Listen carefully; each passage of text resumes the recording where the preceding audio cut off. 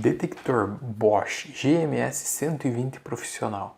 Hoje eu vou te mostrar nesse vídeo como esse detector funciona, para que você pode utilizar ele e além disso vou te ensinar como utiliza esse detector bem interessante da Bosch aí.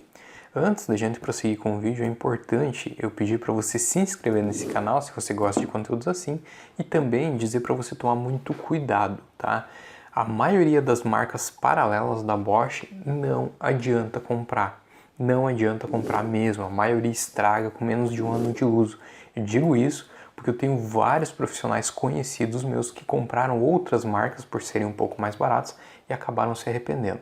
Então minha recomendação é pela marca Bosch e outro cuidado que você tem que ter antes de adquirir ele é comprar o original, direto da loja original. Se você não tem possibilidade de ir até uma empresa da Bosch para efetuar essa compra, eu vou deixar aqui na descrição um link direto da Amazon do aparelho original, para você ter certeza de que vai estar adquirindo o aparelho original, tá bom?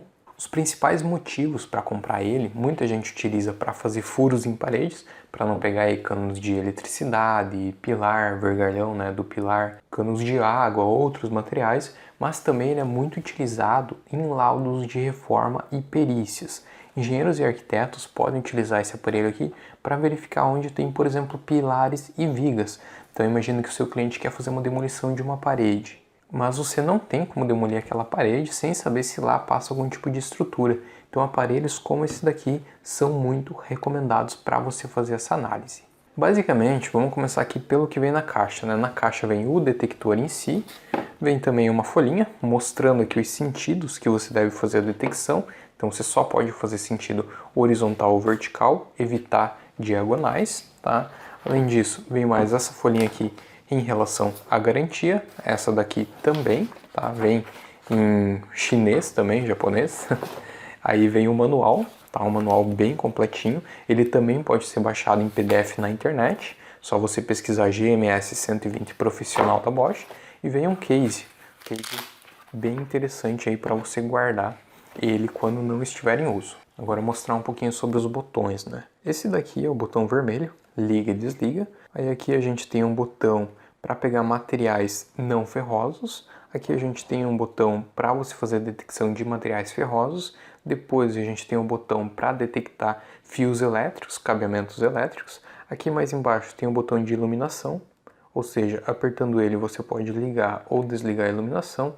E aqui mais embaixo a gente tem um botão de volume, você pode ligar ou desligar o bip que ele vai fazer quando apontar algum desses tipos de materiais aqui.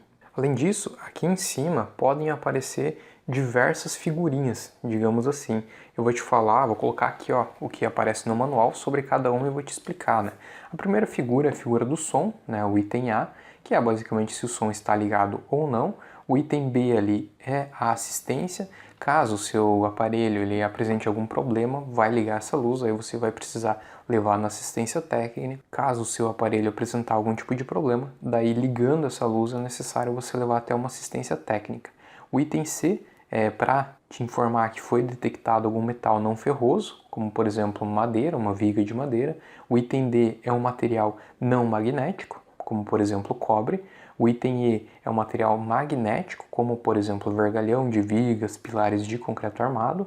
O item F é para simbolizar eletricidade, de cabimento de 110 a 230 volts. O item G é a temperatura, tá? Então se o seu aparelho estiver muito quente, ele vai acender esse item.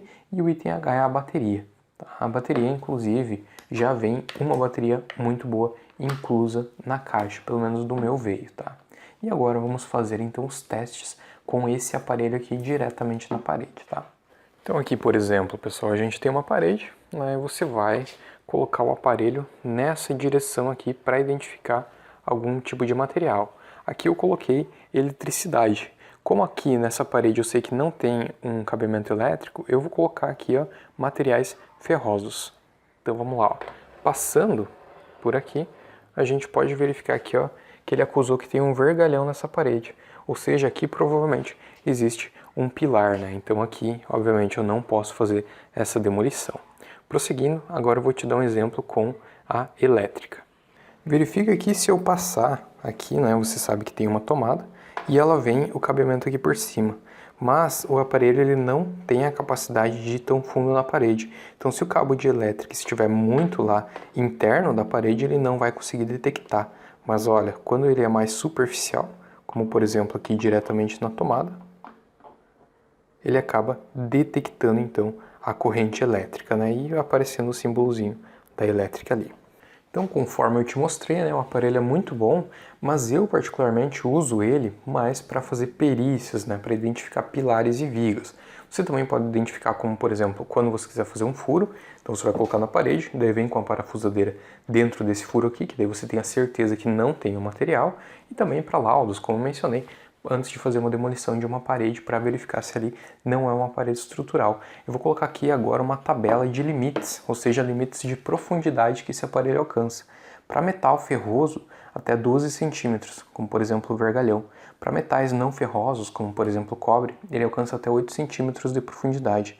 Para fios, cabos de 110 a 230 volts, 5 centímetros. E para madeira, como por exemplo uma viga de madeira, 3,8 centímetros. Então você pode ver que para estruturas usuais, caso você queira identificar, por exemplo, um cabo de elétrica, se ele não estiver mais superficial na parede, esse aparelho não vai pegar ele com tanta exatidão. Aí é necessário um outro aparelho que é o GMS 150, que ele é um pouco mais, ele vai com profundidades muito mais profundas que esse aqui. Então se você é engenheiro ou é empreiteiro e quer apenas verificar materiais mais superficiais, né, para saber onde parafusar, sem pegar cano da água, cano da elétrica e muitas vezes demolir alguma coisa sem pegar uma estrutura, esse aparelho é bem indicado, tá legal? Então basicamente esse foi um breve review do detector Bosch GMS 120. Lembrando que o link com o original dele está aqui na descrição, tá legal? Até mais!